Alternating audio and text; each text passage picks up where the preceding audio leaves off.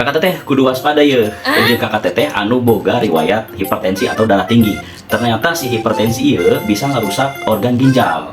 Jadi di ginjal eta kakak teteh loba pembuluh darah anu fungsina nyuplai oksigen jeung nutrisi supaya si ginjal ieu menang asupan oksigen jeung nutrisi.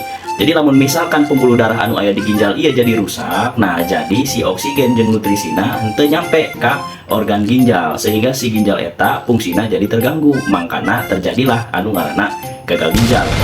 Biasanya memang jeung penderita hipertensi lamun mengalami kerusakan pembuluh darah anu di ginjal kadang-kadang sok teu aya karasa gejalana kakak teteh, kecuali lamun memang kerusakan pembuluh darahna seberat ieu. Nah biasana bisa kanyahoan lamun ginjalna rusak eta melalui pemeriksaan darah. Jadi fungsi ginjal nu aya dina pemeriksaan darahna eta diperiksa sehingga kanyahoan tah bahwa fungsi ginjalna dalam kondisi anu rusak. Karena tekanan darah anu datang ke ginjal eta tinggi sehingga si pembuluh darah anu aya di ginjal bisa mengalami kerusakan atau pecah pembuluh darahna.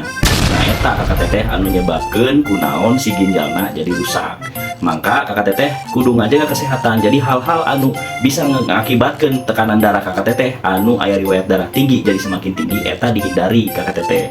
Jadi baik nama memang orang mencegah daripada mengobati. Salam sehat kakak teteh.